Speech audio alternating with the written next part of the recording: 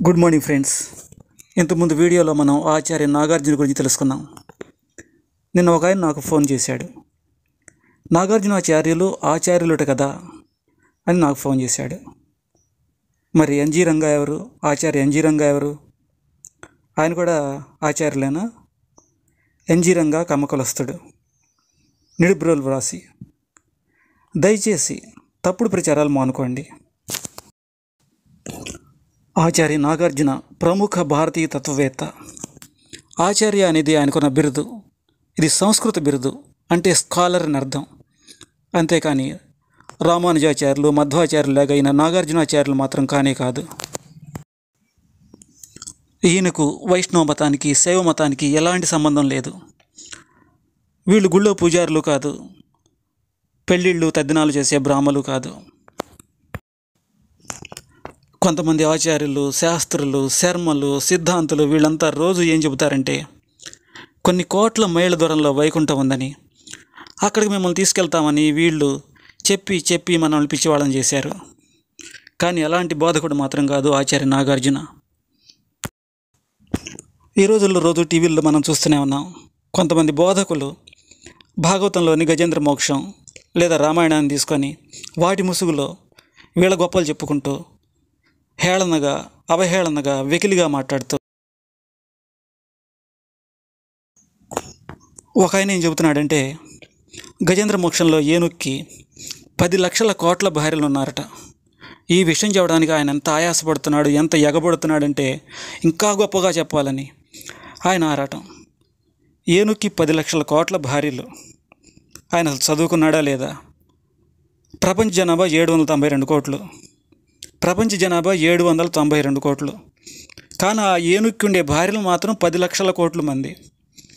ఇంకా మరి మిగతా ఏనుగులు, పుల్లు, సింహాలు, అనేక లక్షల జీవరాశులు ఇవన్నీ అసలు ఈ భూమి మీద పడతాయా? అసలు ఆయన అసలు చదువుకున్నాడా? ఆయనకి ఏమైనా జ్ఞానం ఉందా లేదా? ఇంకో ఆయన ఏం చెబుతున్నాడంటే, సూది మనంత సూక్ష్మ రంధ్రంలో ఆంజనేయ స్వామి ప్రయాణించి కొన్ని వేల మైళ్ళు దూరం ప్రయాణించి శ్రీలంకను కనుగొన్నాడట. శ్రీలంకను కనుక్కోవడానికి అంత అవసరమా? అలా దారి ఎక్కడుంది ఇప్పుడు? మరొక ఆయన ఎప్పుడు హేళనగా, వెకిలిగా మాట్లాడుతుంటాడు. గారెలు అంటాడు, బూరెలు అంటాడు, తద్దినాలు అంటాడు, పచ్చళ్ళు అంటాడు, వడియాలు అంటాడు. చివరకు అతనే అవహేళన పాలయ్యాడు. అతని చరిత్ర చూస్తే అత్యంత జుగుప్సాకరంగా ఉంది. అలాంటి ప్రవక్త కాదు ఆచార్య నాగార్జున. ఆచార్య నాగార్జున ఆంధ్రప్రదేశ్లోని బాపట్ల జిల్లా కర్లపాలెం మండలం యాజలి గ్రామంలో ఒక సంపన్నమైన బ్రాహ్మణ కుటుంబంలో జన్మించాడు. ప్రస్తుతం లాయర్ కేశవరావు గారికి ఈయన పూర్వీకుడు. యాజలి గ్రామంలో ఆ రోజుల్లో ఉండేటటువంటి యజ్ఞయాగాదులు, బ్రాహ్మణులు జరిపించే యజ్ఞయాగాదులు, వాటిలో క్రూరమైన జంతు బలి, సతీ సహగమనం, ఇవన్నీ చూసి అవి నచ్చకే కదా ఆయన బయటకు వచ్చింది. వాళ్ళు చేసే పనులు నచ్చకే కదా ఆయన బౌద్ధ మతాన్ని స్వీకరించింది.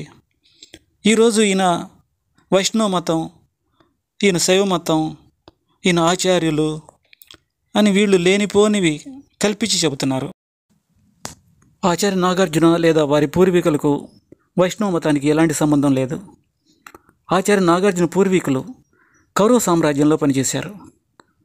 కౌరవ సామ్రాజ్యం అంటే మీకు తెలుసు. అసలు వాళ్ళకి విష్ణుమూర్తి అన్న, శ్రీకృష్ణు అన్న పడుతుందా? దాంట్లో పనిచేసినంత మాత్రాన ఈయన దుర్మార్గుడని కాదు. కౌరవుల్లో చాలామంది గొప్పవాళ్ళు ఉన్నారు. భీష్ముడు, విదురుడు, ఇంకా అనేక మంది ఉన్నారు. కౌరవ సామ్రాజ్యంలో వీరి పూర్వీకులు కొంతకాలం పనిచేశారు. ఆ తర్వాత కాలక్రమేణా కౌరవ సామ్రాజ్యం అంతరించిపోవటం, చివరికి ఈయన ఇటు వలస వచ్చారు. వీరు మహాభారతాన్ని అవపాసన పట్టారు. మహాయుద్ధాన్ని చూశారు వీరి పూర్వీకులు.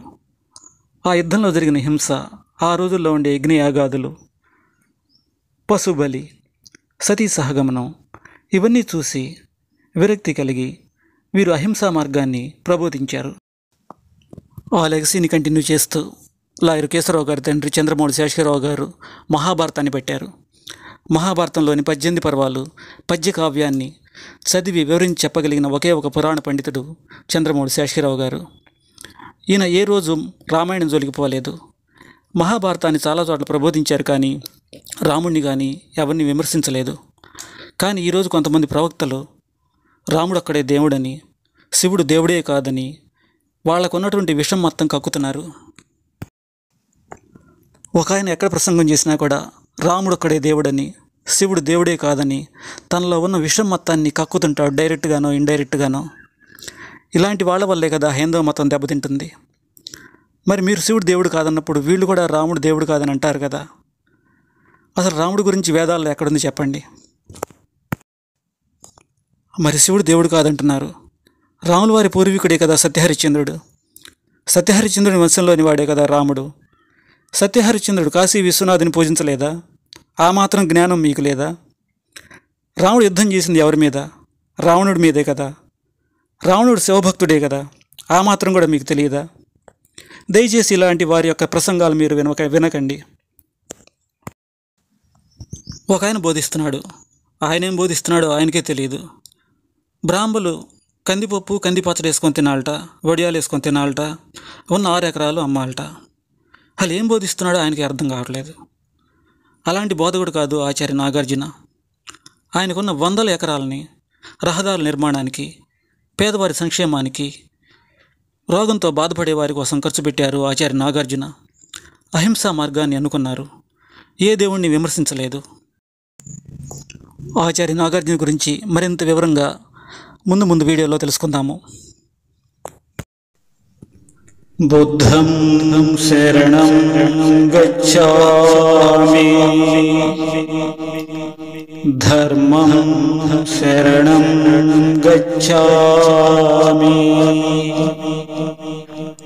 సంఘం శరణం గచ్ఛామి.